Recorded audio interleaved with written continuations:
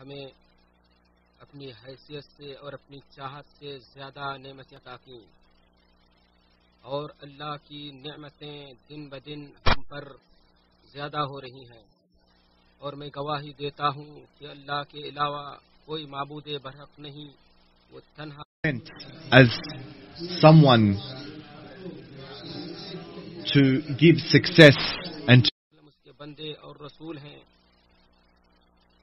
درود و سلام نازل ہوں آپ پر، آپ کی آل و اصحاب اور ہر شخص پر جو ان سے محبت کرے۔ اے لوگو، اللہ سے ڈرو اور ایمان کی حالت میں ہی تمہاری موت ہو۔ حمد و صلات کے بعد صحیح بخاری و مسلم میں ابو سعید خدری رضی اللہ تعالی عنہ سے روایت ہے، وہ کہتے ہیں کہ رسول اللہ صلی اللہ علیہ وسلم نے ارشاد فرمایا، راستوں میں بیٹھنے سے پرہیز کرو۔ صحابہ نے عرض کیا، اللہ کے رسول، ان مجلسوں کے بغیر تو چارہ نہیں، کیونکہ ہم انہی میں ایک دوسرے سے گفتگو کرتے ہیں۔ آپ نے فرمایا، اگر تم بیٹھنے پر مصر ہی ہو تو پھر راستے کو اس کا حق دو۔ صحابہ نے سوال کیا، راستے کا حق کیا ہے؟ آپ نے فرمایا، نگاہ نیچی رکھنا، کسی کو ایذا نہ دینا، سلام کا جواب دینا، اچھی بات کی تلقین کرنا اور بری بات سے روکنا۔ اسلام نے ہر ایک کو اس کا حق عطا کیا ہے، یہاں تک کہ راستوں میں بیٹھنے کے بھی آداب مقرر کیے ہیں، جیسے راستے کے آداب، ملاقات کرنے و اکٹھا ہونے کے آداب اور مشترکہ حقوق کے آداب۔ راستوں پر بیٹھنے کے اصناف و انواع میں دور حاضر میں سامنے آنے والے سوشل نیٹ ورک پر ہونے والی ورچوئل مجلسیں بھی ہیں، جو جغرافیائی سرحدوں اور خلاؤں کو عبور کر چکی ہیں اور جن کے اثرات ہماگیر شکل اختیار کر چکے ہیں۔ یہاں ہر شخص کی اپنی دلچسپی کا سامان موجود ہوتا ہے، خبریں یہیں سے لی جاتی ہیں، اسی کے ذریعے آپس میں بات چیت اور رابطے قائم کیے جاتے ہیں۔ آن لائن میٹنگ روم میں لوگ آپس میں تبادلہ خیال کرتے ہیں۔ ان ذرائع سے بعض کا تعلق تو اس قدر مضبوط ہو گیا ہے کہ نشے کی حد تک پہنچ گیا ہے، بلکہ وہ ایسا محسوس کرتا ہے کہ ان کے بغیر وہ زندہ نہیں رہ سکتا اور اس کی زندگی ان کے بغیر خوشگوار ہو نہیں سکتی۔ اس طرح سے انسان اپنی ذات کو فراموش کر بیٹھا ہے اور سماجی بندھن ڈھیلا اور خاندانی رشتے کمزور پڑ گئے ہیں۔ سب سے بری بات تو یہ ہے کہ اس اللہ رب العالمین کے حق میں کوتاہی اور تقصیر برتی جاتی ہے جو نعمتیں عطا کر رہا ہے۔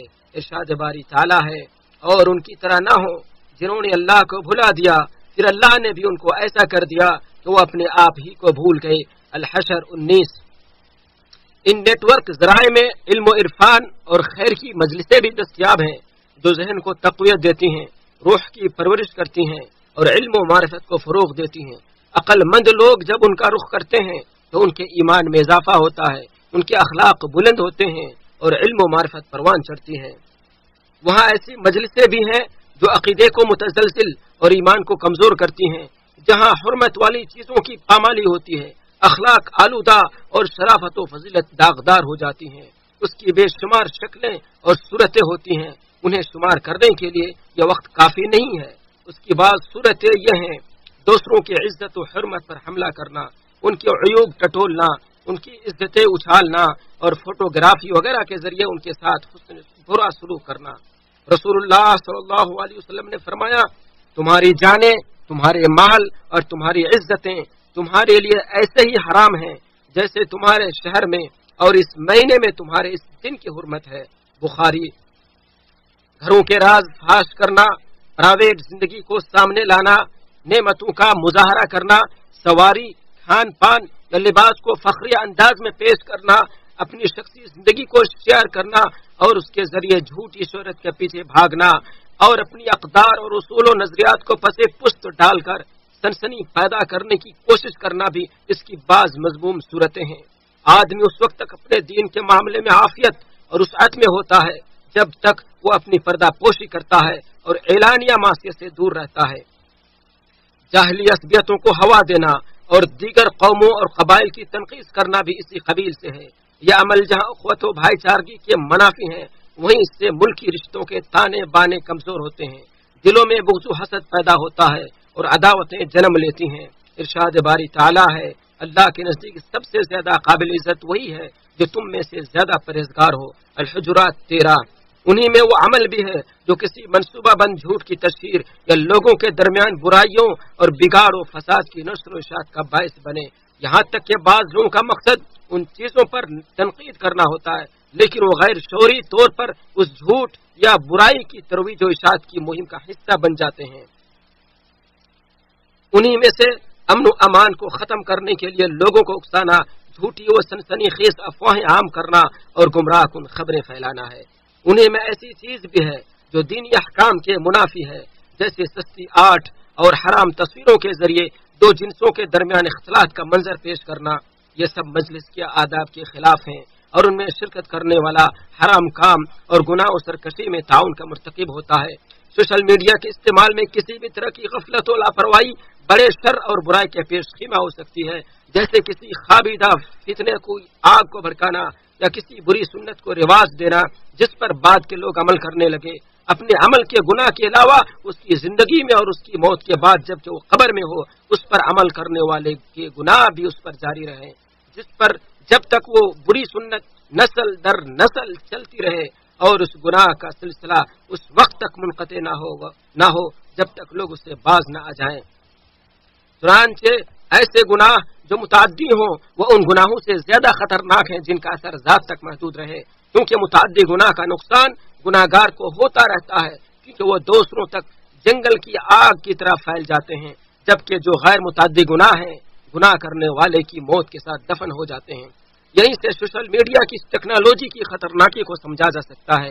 اس لیے ایک عقل مند انسان 1000 بار سوچتا ہے کہ وہ کوئی ایسی بات تو نہیں کہہ رہا ہے جو شر کے دروازے کو کھول دے، پوری دنیا میں پھیل جائے اور لوگ اس پر عمل کرنا شروع کر دیں، اس کی پیروی شروع کر دیں، پھر اس کے بعد اس کے تدارک کے لیے اس کے سامنے کوئی راہ باقی نہ رہے۔ ارشاد باری تعالیٰ ہے، اس کا نتیجہ ہوگا کہ قیامت کے دن یہ لوگ اپنے پورے بوجھ کے ساتھ ہی ان کے بوجھ کے حصے دار ہوں گے جنہیں بے علمی سے گمراہ کرتے رہے، دیکھو تو کیسا برا بوجھ اٹھا رہے ہیں۔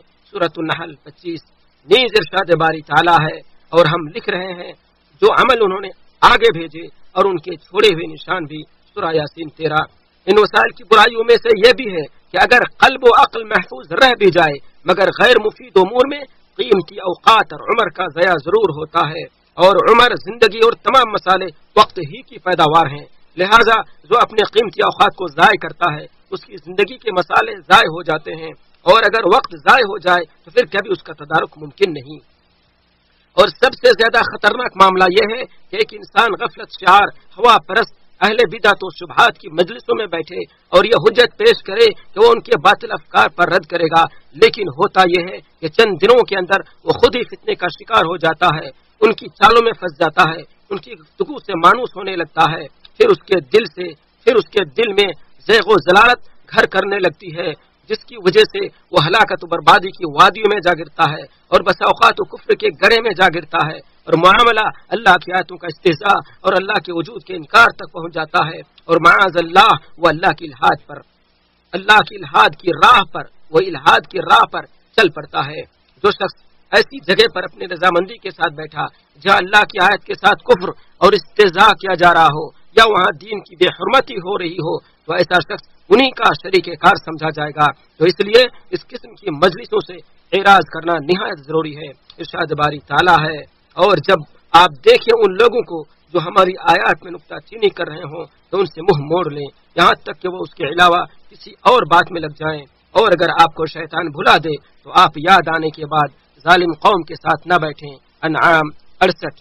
اہل بصیرت و معرفت بخوبی جانتے ہیں ان مجالس کے روح رواں ایسے جاہل و نالائق لوگ ہوتے ہیں جو اس کے اہل ہی نہیں ہوتے، بلکہ اپنے فن سے ہٹ کر دوسرے شعبوں میں دخل اندازی کر رہے ہوتے ہیں، دوسروں کے مقام و مرتبے پر دست درازی کر رہے ہوتے ہیں۔ چنانچہ کوئی بغیر علم کے فتوے دے رہا ہوتا ہے تو کوئی علم طب حاصل کے بغیر لوگوں کے لیے علاج تشخیص کر رہا ہوتا ہے، اور کوئی بڑے بڑے مسائل پر گفتگو شروع کر دیتا ہے۔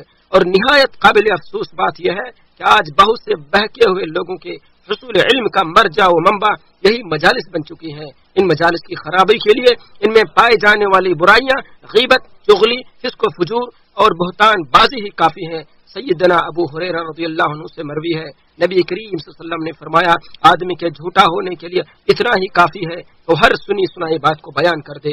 مسلم، نبی صلی اللہ علیہ وسلم نے فرمایا رات میرے پاس تو آنے والے آئے اور انہوں نے مجھے اٹھایا اور مجھ سے کہا کہ ہمارے ساتھ چلو۔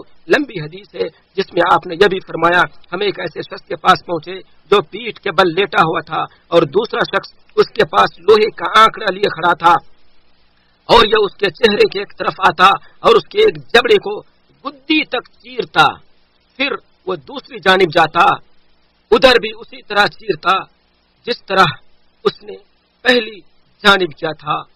وہ ابھی دوسری جانب سے فارغ بھی نہ ہوتا تھا کہ پہلی جانب اپنی صحیح حالت میں لوٹ آتی، پھر وہ دوبارہ اسی طرح کرتا جس طرح اس نے پہلی بار کیا تھا۔ اس حدیث کے آخر میں ان دو آدمیوں نے آپ صلی اللہ علیہ وسلم سے کہا کہ وہ شخص ہے، یہ وہ شخص ہے جو صبح اپنے گھر سے نکلتا اور جھوٹی خبر تراشتا جو دنیا بھر میں پھیل جاتی۔ اسے امام بخاری نے سمرہ بن جندب کی روایت سے نقل کیا ہے۔ اللہ رب العالمین قرآن کریم کو ہمارے اور آپ کے لیے ببرکت بنائے، اس میں موجود ہدایتوں اور نصیحتوں سے ہمیں فائدہ پہنچائے۔ اللہ سے استغفار کیجیے، ہم بھی استغفار کرتے ہیں، بے شک اللہ معاف کرنے والا ہے۔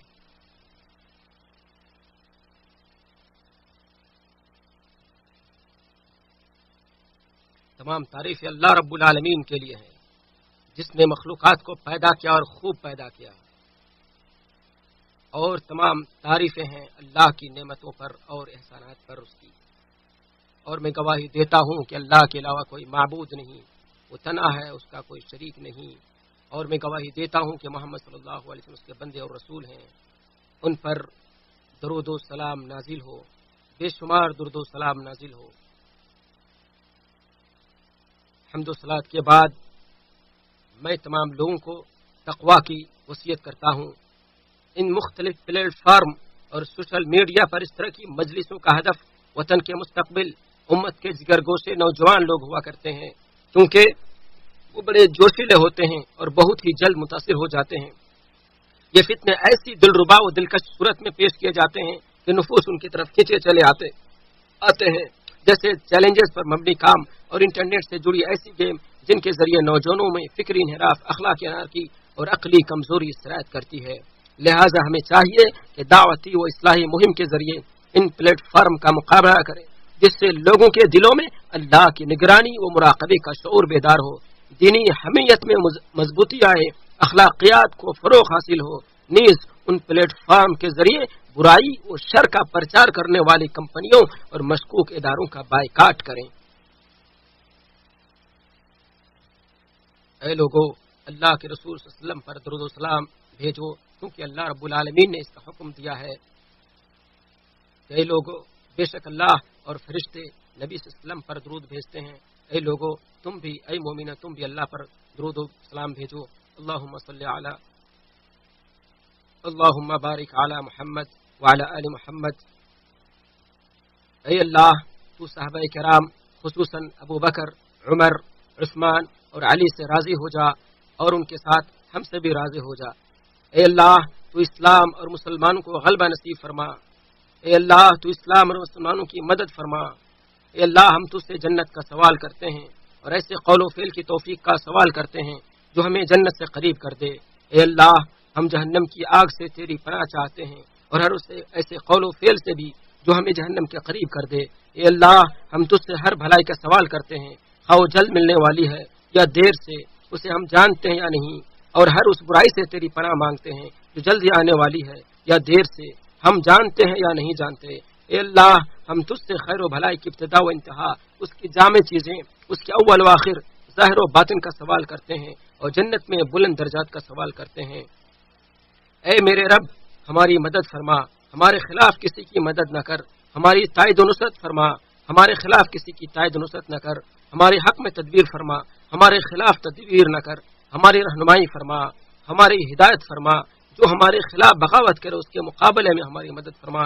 اے اللہ، تو بہت زیادہ بخشنے والا ہے اور معافی کو پسند کرتا ہے، لہذا ہمیں بھی معاف فرما۔ اے اللہ، ہمارے فوت شدگان پر ہم فرما، ہمارے بیماروں کو شفا عطا فرما، ہمارے مصیبت زدگان کو عافیت عطا فرما، اور ہم تیری نعمت کے زائل ہونے سے، تیری دی ہوئی عافیت کے پھر جانے سے، تیری نگہبانی، تیری ناگہانی گرفت سے اور تیری ہر قسم کی ناراضی سے پناہ مانگتے ہیں۔ اے ہمیشہ زندہ رہنے والی ذات، اے ہر چیز کو قائم رکھنے والی ذات، ہم تجھ سے تیری رحمت کا واسطہ دے کر مدد طلب کرتے ہیں، ہمارے سارے معاملات سنوار دے اور آنکھ جھپکنے کے برابر بھی ہمیں اپنے نفس کے سپرد نہ کر۔ اے اللہ، خادم حرمین شریفین کو اپنی پسندیدہ امور کی توفیق عطا فرما۔ اے اللہ، ان کے عمل کو تو اپنی رضا کے لیے خالص کر لے۔ اے اللہ، ہر طرح کے خیر کی انہیں توفیق دے۔ اے اللہ، تمام مسلمانوں کے حکمرانوں کو خیر کی توفیق عطا فرما۔ اے اللہ، ہمیں تو معاف فرما، ہم نے بہت گناہ کیے ہیں، ہم نے اپنے اوپر ظلم کیے ہیں۔ اے اللہ، اے اللہ جو فوت پا چکے ہیں ان کو بھی تو معاف فرما۔ اے اللہ، ہم تجھ سے دنیا و آخرت میں بھلائی اور خیر مانگتے ہیں۔